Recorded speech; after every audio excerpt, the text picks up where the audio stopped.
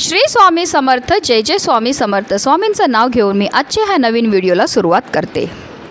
पितृपक्षातील 15 दिवस हिंदू धर्मात खूप महत्त्वाचे मानले जातात। या काळात आपले पूर्वज पितृलोकातून पृथ्वीवर येतात असे मानले जाते।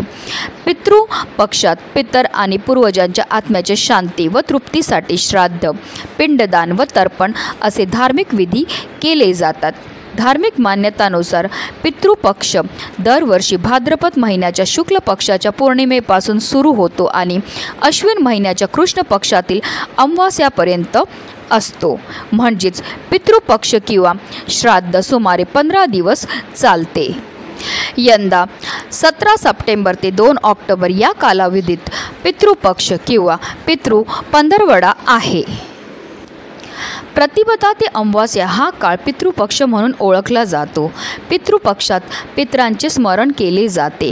पितृपक्षाच्या काळात सर्वसामान्यपणे शुभ कार्य केली जात नाही। श्राद्धातील मंत्रोच्चारामध्ये पितरांना गती देण्याची सूक्ष्म शक्ती समावलेली असते। श्रद्धा या शब्दापासून श्राद्ध हा शब्द निर्माण झाला आहे। इहलोक सोडून गेलेल्या आपल्या वाडवडिलांना आपल्यासाठी जे काही केले त्यांची परतफेड करणे अशक्य असते। त्यासाठी जे पूर्ण श्रद्धेने केले जाते ते श्राद्ध होय।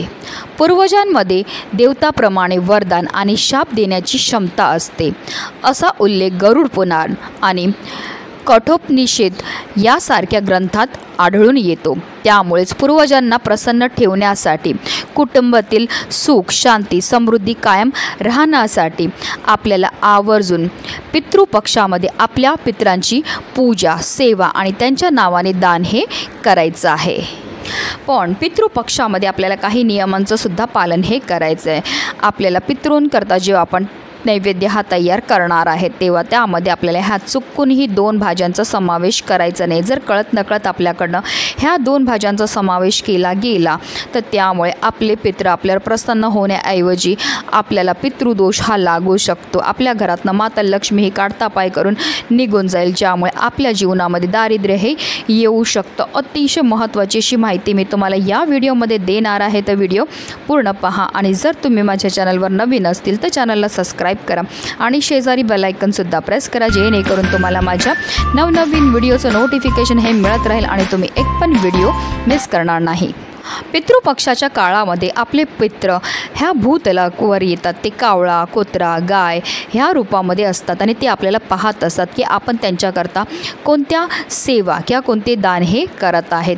म्हणूनच तसेच आपल्या पितरांचा वास हा पिंपळ वृक्षामध्ये सुद्धा असतो। म्हणून आवर्जून आपल्याला पितृपक्षामध्ये दररोज पिंपळ वृक्षाला 1 तांब्याभर पाणी, त्यामध्ये काळे तीळ टाकून जल हे अर्पण करायचं। जल अर्पण करताना ओम पितृदेवाय नमः या मंत्राचा जप करत करत आपल्याला जल हे अर्पण करायचं। हे जल अर्पण केल्यामुळे आपले पित्र आपल्यावर भरभरून प्रसन्न होत असतात। तसेच या काळामध्ये आपल्याला आवर्जून कावळा, कुत्रा आणि गाय ह्यांना घास हा आवर्जून द्यायचा। असं केल्यामुळे सुद्धा आपले पित्र आपल्यावर प्रसन्न होतात।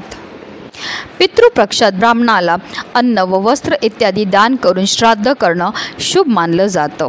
तसेच या काळात ब्रह्मचर्याचं सुद्धा तुम्हाला पालन हे करायचं आहे। ज्या लोकांच्या कुंडलीत पितृदोष आहे त्यांनी या काळात गया, उज्जैन किंवा इतर धार्मिक स्थळावर जाऊन पिंडदान करावे। पितृपक्षात लग्न, साखरपुडा यासारखे शुभ कार्य करण्यास मनाई आहे। पितृपक्षात नवीन कपडे आणि शूज खरेदी करणं टाळावं। या काळात केस कापणे, नखे कापणे आणि दाढी करणं टाळावं। या काळात सोने किंवा चांदी इत्यादी वस्तू खरेदी करणं अशुभ मानलं जातं। पितृपक्षात किंवा श्राद्ध पक्षाच्या काळात नवीन घरात प्रवेश करणं अशुभ मानलं जातं। आपल्या पितरांकरता आपण नैवेद्याचे जे ताट तयार करणार त्यामध्ये चुकूनही आपल्याला कांदा आणि लसूण ह्याचा वापर हा करायचा नाही आहे, कारण कांदा आणि लसूण हा तामसी पदार्थामध्ये येतो आणि कोणत्याही पूजेच्या वेळेस किंवा कोणत्याही नैवेद्यामध्ये चुकूनही कांद्याचं आणि लसणाचं सेवन हे केलं जात नाही। उलट त्याचे आपल्याला दोष हे लागत असतात। तुम्हाला पितृपक्षाच्या या 15 चुकूनही कांदा आणि लसूणचं सेवनसुद्धा करायचं नाही आहे। तसेच पितृपक्षाच्या ह्या 15 दिवसामध्ये आपल्याला चुकूनही कोबीची भाजी ही आपल्या घरी आणायची सुद्धा नाही आहे किंवा ती खायची सुद्धा नाही. आणि विशेष म्हणजे नैवेद्याच्या ताटाच्या मध्ये आपल्याला चुकूनही ह्या भाजीचा समावेश हा करायचा नाही. ही भाजी संपूर्णपणे वर्ज्य मानली जाते. तसेच वांग्याच्या भाजीचं सुद्धा सेवन हे करायचं नाही आहे. नैवेद्याच्या ताटामध्ये चुकूनही आपल्याला वांगीची भाजी ठेवायची नाही आहे. संपूर्ण चातुर्मासामध्ये वांगी खाणं वर्ज्य मानलं जातं. तसेच या पितृपक्षाच्या 15 दिवसामध्ये आपल्याला चुकूनही काळ्या चण्यांचं सेवन हे करायचं नाही आहे. म्हणजे काळ्या चण्यांची भाजी पण नाही करायची किंवा भाजलेले काळे चणेसुद्धा खायचे नाहीत. जर कळत नकळत तुमच्याकडनं ह्या भाजीचं सेवन केलं गेलं तर त्याचे भोग हे आपल्या मुलाबाळांना भोगावे लागतात. तर ह्या काही भाज्या ज्या आपल्याला चुकूनही पितृपक्षाच्या काळामध्ये खायच्या नाही आहेत किंवा आपल्या घरी आणायच्या सुद्धा नाही आहेत.